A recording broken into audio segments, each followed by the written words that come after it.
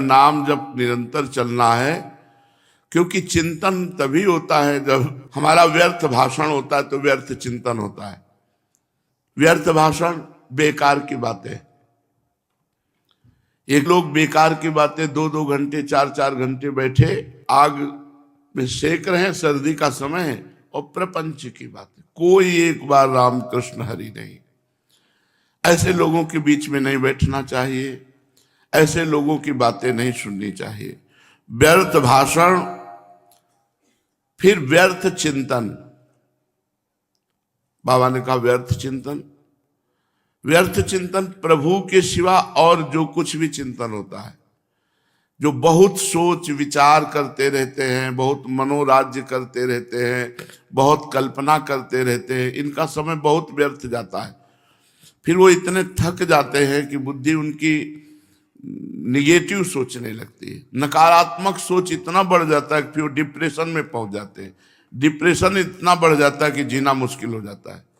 बिना नाम के कहीं सुख शांति नहीं है। व्यर्थ चिंतन हमारा होने ना पावे, तो इसीलिए कहते हैं कि जैसे राधा जपो तो राधा ही चिंतन करो, राधा, क्योंकि किशोरी जी का रूप चिंतन करने की सामर्थ्य तो किशोरी जी ही देती है। तो किशोरी जी के नाम में वो सामर्थ्य है जो किशोरी जी का चिंतन करवा दे। समस्त कलाओं में गुणों में प्रवीण हमारी स्वामिनी जी ऐसी आगरी हैं, गुण सागर, रूप सागर, वैदग्ध चतुरता की सागर, कृपा की सागर, वात्सल्य की सागर, कि लालजू को अधीन किए हुए हैं। अखिल कोटि ब्रह्मांड नायक परात परीश जिनके गुणों में अधीन है, वो नाम हम चिंतन करें। ये अमृतमयी है, अविनाशी। रा बड़ा की मात्रा, धा बड़ा की मात्रा, लिख गया राधा नाम, बार बार लिखे राधा राधा राधा। तो नाम का जप चल रहा है और नाम का चिंतन चल रहा है। एक दिन देखना इसी राधा में रूप जागृत हो जाएगा।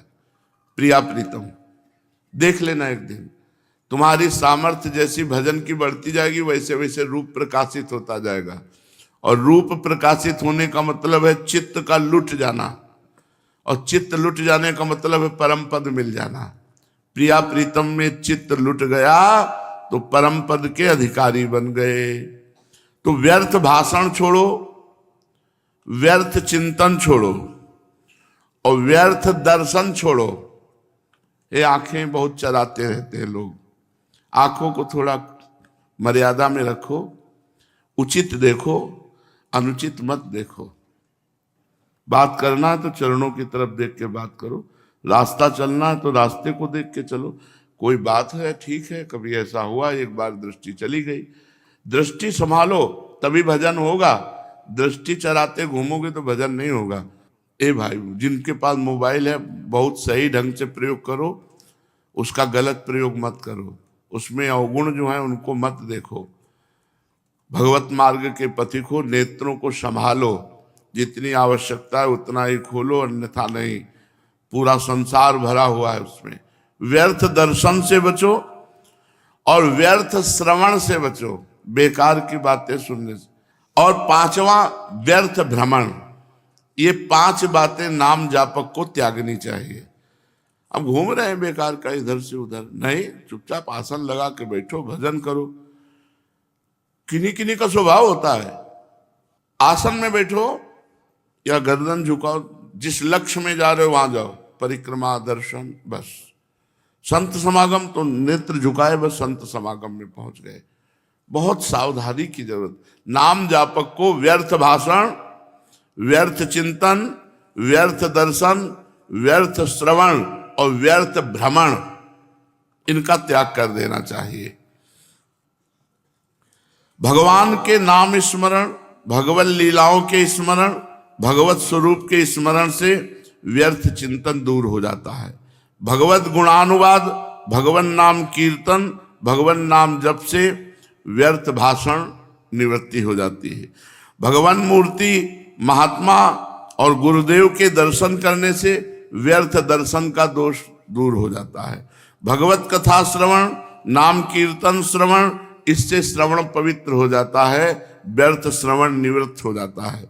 भगवत सेवा और साधुजनों की सेवा करने से व्यर्थ भ्रमण निवृत्त हो जाता है। ये हुआ नाम जापक की सावधानी।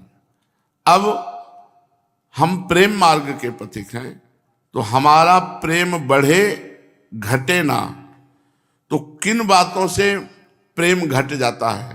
पूज्यपाद उड़िया बाबा, पहला, जो बहुत ग्रंथों का स्वाध्याय करता है वो प्रेमी नहीं हो सकता। जिज्ञासु तो हो सकता है, प्रेमी नहीं।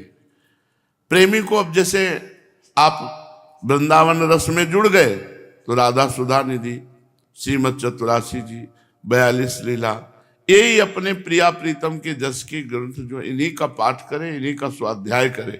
हमें चलना है बिहारी जी की तरफ, तो हमें छठी कराओ आगरा के किलोमीटर जान के क्या जरूरत है? जब हमें बिहारी जी जाना है तो अपनी दिशा की बात हम जाने, अन्य दिशा की बात जानकार करके कोई प्रवचन करना है क्या? तो बहुत ग्रंथ नहीं पढ़ना चाहिए। दूसरा, बहिर्मुख पुरुषों की बनाई हुई पुस्तकें और टीका नहीं पढ़नी चाहिए। हम कहते हैं जो हमारे सदग्रंथों की टीका प्रकाशित है उसी का भाव अपने जीवन में धारण कर लो। तो महापुरुषों की टीका पढ़े, अन्य की टीका ना पढ़े। बहिर्मुख पुरुषों के द्वारा बनाई हुई बहुत विचित्र विचित्र है। जो महापुरुषों को अनुभव हुआ उसी अनुभव में हम चलें, हम अपने अनुभव न छापें। महाजनों गतेन सपंथा, महाजन जिस मार्ग में गए उसी मार्ग में चलने से भगवत प्राप्ति होगी। प्रेमी मार्ग में चलने वाले महान साधक को केवल महापुरुषों की बातें सुननी और पढ़नी चाहिए, बस, अन्य नहीं। बहुत ग्रंथ पढ़ना और बहिर्मुख पुरुषों की बनाई हुई पुस्तकें या टीका पढ़ना। तीसरा, बहिर्मुख पुरुषों का संग करना, ये प्रेम को क्षीण करने वाला है। बहिर्मुख पुरुषों का संग नहीं करना। बहिर्मुख करते हैं जो अंतर कभी बैठकर भजन ही नहीं करते, बाहर ही केवल बातें, बाहर का ही केवल सब राग रंग। सब में पांच भौतिक तत्व एक है, सब में परमात्मा एक है। वो समझे ना समझे, हमको तो समझना है।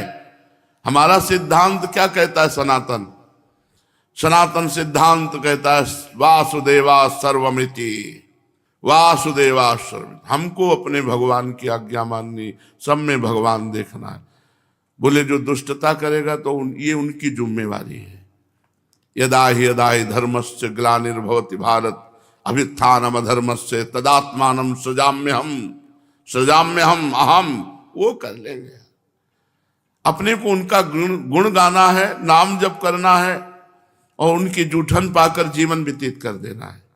धर्म संस्थापनार्थाय संभवामि युगे युगे, ये उनका कार्य है। हम उनका गुण गा रहे हैं, इसी से धर्म की स्थापना जितनी होनी। दीपक अपना प्रकाश दिखाता है, हाइलोजन अपना प्रकाश दिखाता है, चंद्रमा अपना प्रकाश दिखाता है, सूर्य अपना प्रकाश दिखाता है, पर सब अपूर्ण है। क्यों? सूर्य भी एक सीमित प्रकाश देने वाले, असीम प्रकाश भगवान देने वाले, जो सूर्य को भी प्रकाशित करते। समझना होगा।